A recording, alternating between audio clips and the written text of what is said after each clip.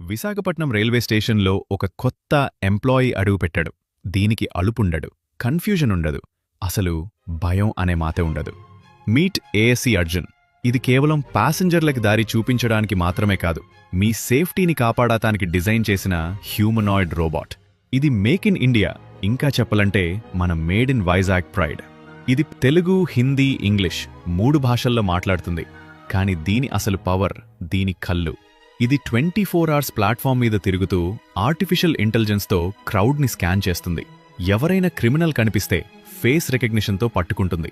Fire లేదా smoke వాగ వస్తే సెకండ్స్లో ఆర్పీఎఫ్ కంట్రోల్ రూమ్కి అలర్ట్ పంపిస్తుంది. ఇది మనుషులని రీప్లేస్ చేయడానికి రాలేదు, ఆర్పీఎఫ్ పోలీసులకు, ప్యాసింజర్స్లకు తొడుగా ఉండడానికి వచ్చింది. ప్లాట్ఫామ్ మీద గుంపున్నప్పుడు కన్ఫ్యూజన్ సహజం, కానీ ఎమర్జెన్సీలో ప్రతి సెకండ్ విలువైనదే. అర్జున్ చేసే పని చిన్నగా అనిపించచ్చు, కానీ అది సేవ్ చేసేది ప్యాసింజర్.